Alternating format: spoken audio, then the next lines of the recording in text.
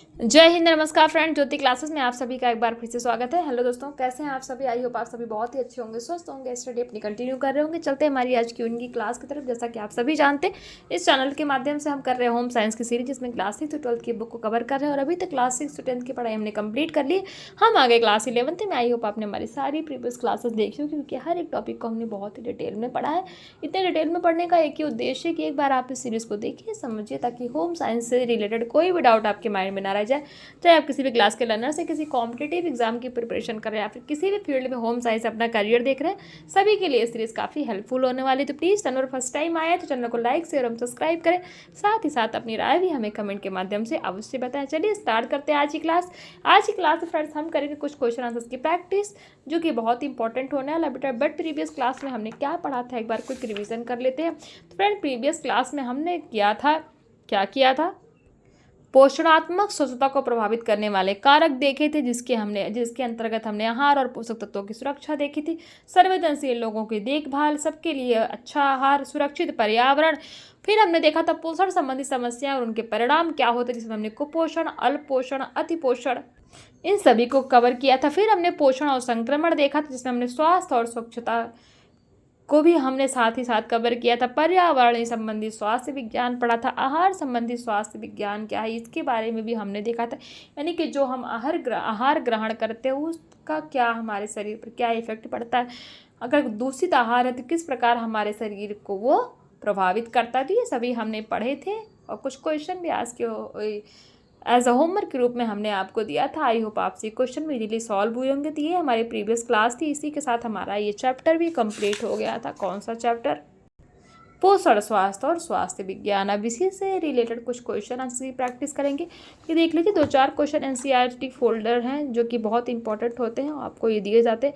Question 1 कहता है, पोषण से उत्पादकता, आय और जीवन की गुणवत्ता प्रभावित होती है। इस कथन के बारे में आप अपनी राय लिखिए। तो आप लिख सकते हैं। हमने पढ़ा था कि पोषण से उत्पादकता, आय और जीवन की गुणवत्ता किस प्रकार से प्रभावित होती है। बहुत ही डिटेल में हमने इनको पढ़ा था। आप अपनी सुविधा के लिए इसका स्क्रीनशॉट भी ले सकते हैं। क्वेश्चन 2 है, पोषण मानसिक तथा दृष्टि संबंधी आसक्तता और जीवन की गुणवत्ता से कैसे जुड़ा हुआ है। तो ये भी आप इसका स्क्रीनशॉट ले लीजिए, क्योंकि फ्रेंड्स इन क्वेश्चंस को हम स्किप नहीं कर सकते। एनसीईआरटी के हैं, बहुत इंपॉर्टेंट रोल प्ले करते हैं किसी भी एग्जाम के लिए। क्वेश्चन 3 है। क्वेश्चन 3 कहता है, कक्षा को समूहों में बांटें। हर समूह किसी खाद्य पदार्थ विक्रेताओं के प्रतिष्ठानों में, जैसे कैंटीन, कैफेटेरिया, रेस्टोरेंट, सड़क पर खाद्य पदार्थ विक्रेता। नंबर 1 आहार संबंधी स्वास्थ्य विज्ञान। नंबर 2 निजी स्वास्थ्य विज्ञान से संबंधित स्वास्थ्य विज्ञान की रीतियों को पहचानें। तो आप इसको लिख सकते हैं। बहुत ही ईजी क्वेश्चन है, बहुत ही इंटरेस्टिंग है। तो ये हमारा जो एनसीईआरटी से लिया गया क्वेश्चन है, बहुत ही इंपॉर्टेंट है। आपसे अगर ये क्वेश्चन नहीं सॉल्व होता है तो कमेंट करके बताइए। आपको इस क्वेश्चन का आंसर मैं प्रोवाइड कराऊंगी। मैं हमेशा कहती हूँ कि आपको क्वेश्चन दिया जाता है एज अ होमवर्क के रूप में, वो आपको अपना खुद का इवेल्युएशन अर्थात मूल्यांकन करने के लिए दिया जाता है। आपसे अगर क्वेश्चन वीडियो देखने के बाद, यानी कि जिस टॉपिक पे क्वेश्चन है, अगर आपने उसको देखा है उस क्लास को, और उसके बाद भी आपसे क्वेश्चन नहीं सॉल्व हो रहे हैं, तो आप कमेंट कीजिए। आपको हर क्वेश्चन का आंसर प्रोवाइड इसी चैनल के माध्यम से कराया जाएगा। बट प्लीज़ फ्रेंड, जब तक रिस्पांस नहीं करेंगे तो हमें क्या ही पता लगेगा। तो इसलिए रिस्पांस किया करिए। अब देखते हैं, आते हैं क्वेश्चन आंसर्स की एमसीक्यूज पे। क्वेश्चन 1 कहता है, किस वर्ष संयुक्त राष्ट्र के मानव अधिकारों की विश्वव्यापी घोषणा हुई। ध्यान दीजिएगा, क्वेश्चन 1 क्या कहता है, किस वर्ष संयुक्त राष्ट्र के मानव अधिकारों की विश्वव्यापी घोषणा हुई थी। तो ऑप्शन ए है वर्ष 1945, ऑप्शन बी वर्ष 1946, ऑप्शन सी है वर्ष 1947, ऑप्शन डी कहता है वर्ष 1948, यानी कि 1948। तो किस वर्ष संयुक्त राष्ट्र के मानव अधिकारों के विश्वव्यापी घोषणा हुई। तो वर्ष 1948, यानी कि 1948 में संयुक्त राष्ट्र के मानव अधिकारों की विश्वव्यापी घोषणा हुई। इसके अकॉर्डिंग ऑप्शन डी इज हमारा राइट आंसर हो। जो क्वेश्चन 2 कहता है, जो व्यक्ति मानसिक रूप से स्वस्थ रहता है वह किस प्रकार की भावनाओं का उपयोग कर सकता है। ऑप्शन ए संज्ञानात्मक, ऑप्शन बी भावात्मक, ऑप्शन सी ए और बी दोनों, ऑप्शन डी इनमें से कोई नहीं। तो जो व्यक्ति मानसिक रूप से स्वस्थ रहता है वह संज्ञानात्मक एवं भावनात्मक दोनों प्रकार की भावनाओं का उपयोग कर सकता है। तो इसके अकॉर्डिंग हम जाएंगे ऑप्शन सी के साथ, अर्थात ए और बी दोनों हमारा सही उत्तर हो जाएगा। क्वेश्चन 3 क्या कहता है, व्यक्ति तथा परिवार के गुणवत्तापूर्ण जीवन एवं अच्छे जीवन स्तर की बुनियादी क्या होती। यानी कि किसी व्यक्ति तथा परिवार के गुणवत्तापूर्ण जीवन जीने के अच्छे जीवन स्तर की बुनियाद क्या है? ऑप्शन ए है अतिपोषण, ऑप्शन बी अल्प पोषण, ऑप्शन सी अच्छा स्वास्थ्य, ऑप्शन डी रोजगार। सीधी सी बात है, अच्छा स्वास्थ्य। अगर हमारा हेल्थ अच्छा रहेगा तो व्यक्ति के परिवार की गुणवत्तापूर्ण जीवन का स्तर अच्छा बन सकेगा। इसके अकॉर्डिंग ऑप्शन सी के साथ हम जाएंगे, तो ऑप्शन सी हमारा राइट आंसर हो जाएगा, अच्छा स्वास्थ्य। क्वेश्चन 4 कहता है स्वास्थ्य का सूचक कौन सा है? ऑप्शन ए मृत्यु दर, ऑप्शन बी रुग्णता, ऑप्शन सी परिवेश, ऑप्शन डी ये सभी। तो ये सभी किसके अंतर्गत आते हैं? स्वास्थ्य का सूचक के अंतर्गत आते हैं। मैंने आपसे बोला था इसका स्क्रीनशॉट लेके आप इसको याद कर लीजिए, बहुत इंपॉर्टेंट है, क्वेश्चन बहुत बनता है एग्जाम में। स्वास्थ्य की गुणवत्ता से स्वास्थ्य का सूचक क्या है? स्वास्थ्य के सूचक से आप क्या समझते हैं? तो आपके स्वास्थ्य के जितने भी सूचक हैं आपको पता होने चाहिए। ये देखिए हमने प्रीवियस क्लास में ही पढ़ा था और आपको मैंने दिखाया भी था स्वास्थ्य के सूचक के बारे में कि स्वास्थ्य का सूचक क्या होता है। ये देखिए, ये है ना, ये देखिए, आपने अगर स्क्रीनशॉट नहीं लिया हो तो आप ले सकते हैं। तो स्वास्थ्य के आकलन हेतु निम्न सूचकों का प्रयोग किया जाता है। आप ये देखिए, ये हमने पूरा पढ़ा था प्रीवियस क्लास में, दिख रहा है ना? नहीं लिया हो तो स्क्रीनशॉट आप ले सकते हैं। बहुत इंपॉर्टेंट है फ्रेंड्स, एग्जाम में बहुत ऐसे क्वेश्चंस बनते हैं और पूछे जाते हैं। तो ये हमने देख लिया क्या। अब चलते हैं क्वेश्चन 5 की तरफ। निम्नलिखित में से किसे बृहद पोषण अर्थात माइक्रो न्यूट्रिएंट तत्वों के अंतर्गत शामिल किया जाता है? तो option A carbohydrate, option B protein, option C वसा, ऑप्शन डी ये सभी। तो बृहद पोषक तत्वों के अंतर्गत कार्बोहाइड्रेट भी आता है, प्रोटीन भी आता है, वसा भी आता है। तो इसी के साथ हमारा यानी कि ये सभी ही बृहद पोषक तत्वों के अंतर्गत आते हैं। तो ऑप्शन डी के साथ हम जाएंगे, ऑप्शन डी हमारा सही उत्तर हो जाएगा। क्वेश्चन 6 कहता है विश्व स्वास्थ्य संगठन के अनुसार पोषणात्मक स्वच्छता के कितने मुख्य घटक हैं? यानी कि विश्व स्वास्थ्य संगठन के अनुसार जो हमारा पोषणात्मक स्वच्छता है उसके कितने मुख्य घटक है? Option A 4, option B 5, option C 6, option D कहता है 7। तो फ्रेंड विश्व स्वास्थ्य संगठन के अनुसार पोषणात्मक स्वच्छता के 4 चरण है। वो 4 चरण कौन कौन से कमेंट के माध्यम से आप बता सकते हैं। बहुत डिटेल में उन 4 चरणों को भी हमने पढ़े हैं। तो इसी के साथ हम ऑप्शन ए के साथ जाएंगे। ऑप्शन ए यानी कि 4 चरण होते हैं विश्व स्वास्थ्य संगठन के पोषणात्मक स्वच्छता के अनुसार। क्वेश्चन 7 क्या कहता है? कहता है जब पोषक तत्वों का अंतर्ग्रहण शरीर के माध्यम से अपेक्षित मात्रा में कम अथवा अपेक्षा से अधिक होता है तो उसे क्या कहते हैं? ध्यान दीजिएगा, जब किसी पोषक तत्वों का अंतर्ग्रहण मतलब जो हम उनको लेते हैं, तो जब किसी पोषक तत्वों का अंतर्ग्रहण शरीर के माध्यम से अपेक्षित मात्रा में कम यानी कि जितनी ज़रूरत है उससे कम या फिर अपेक्षा से अधिक यानी कि जितनी आवश्यकता है उससे अधिक हो तो उसी क्या कहते हैं?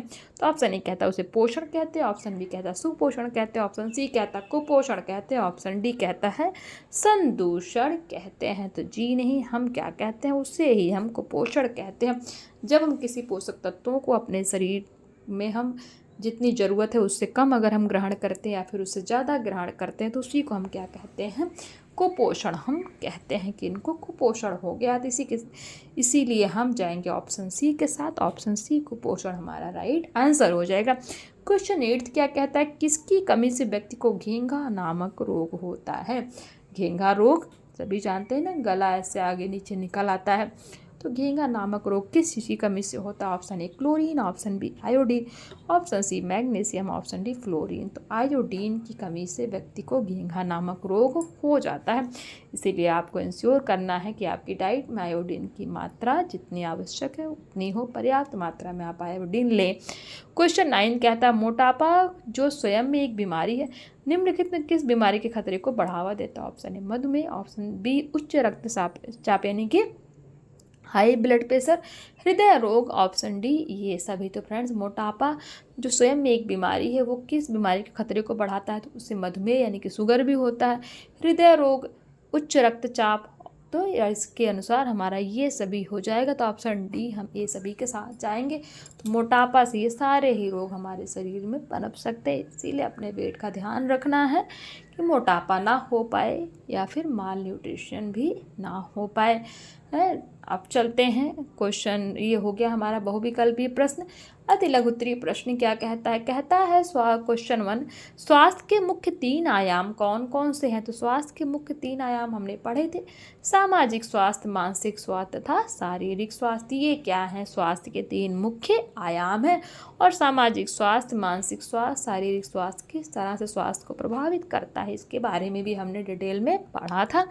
आप वीडियो जाके देख सकते हैं, प्लेलिस्ट में आपको इजीली मिल जाएगी अगर आपको डिटेल में नॉलेज चाहिए तो।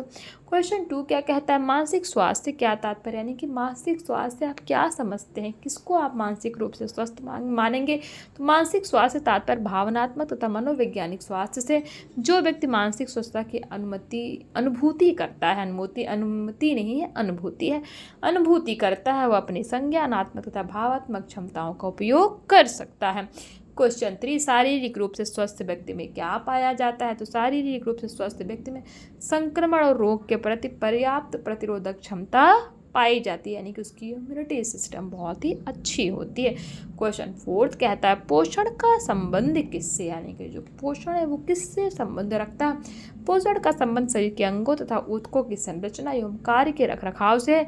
पोषण शरीर की वृद्धि तथा विकास से संबंधित है। क्वेश्चन 5, आहार और पोषक तत्वों की सुरक्षा का क्या अर्थ है? तो आहार और पोषक तत्वों की सुरक्षा का अर्थ यह है कि स्वस्थ जीवन जीने हेतु प्रत्येक व्यक्ति को अपनी आवश्यकता के अनुसार पर्याप्त आहार तथा पोषक तत्वों की प्राप्ति हो।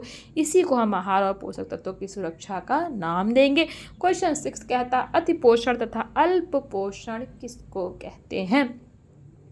तो आपका आंसर हो जाएगा पोषक तत्वों के अधिक सेवन अर्थात अंतर्ग्रहण से अतिपोषण की स्थिति उत्पन्न होती है, जबकि अपर्याप्त मात्रा में पोषक तत्वों के सेवन से अल्प पोषण की स्थिति उत्पन्न होती है। हमने बहुत डिटेल में पढ़ा था अतिपोषण और अल्प पोषण को अपनी प्रीवियस क्लास के माध्यम से। आप चाहें तो जाइए प्लेलिस्ट में, आपको इसकी वीडियो मिल जाएगी अतिपोषण तथा अल्प पोषण में अंतर।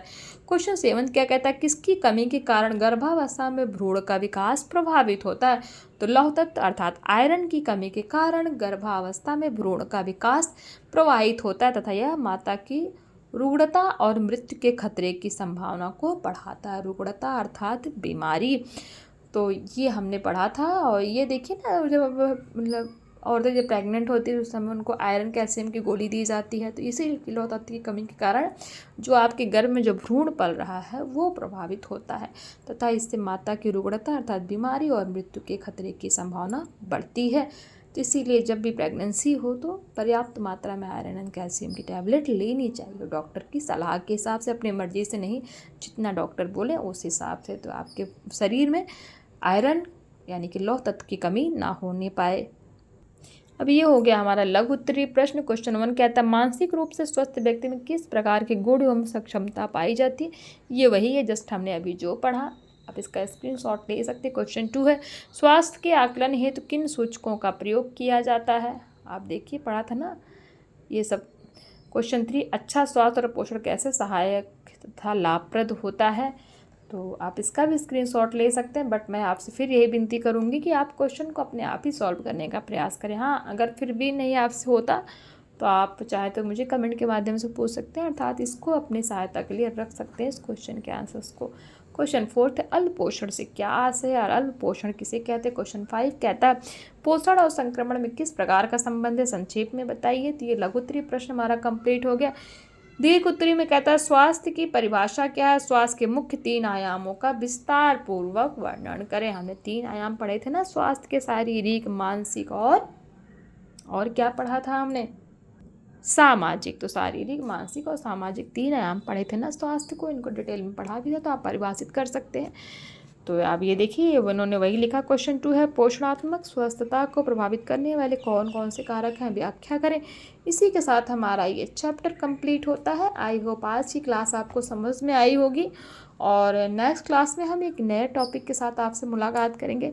फ्रेंड्स मेरी तबीयत थोड़ी ठीक नहीं है, आपको मेरी आवाज़ से ही पता लग रहा होगा। मैं ज़्यादा उस एनर्जी के साथ नहीं पढ़ा पा रही हूँ जिस एनर्जी, क्योंकि मुझे इन सबको बहुत इंटरेस्टिंग लगता है मुझे कोई चीज़ पढ़ना या फिर पढ़ाना, तो मेरे वो एनर्जी आपको नहीं फील हो रही हो क्योंकि तबीयत मेरी थोड़ी ठीक नहीं है।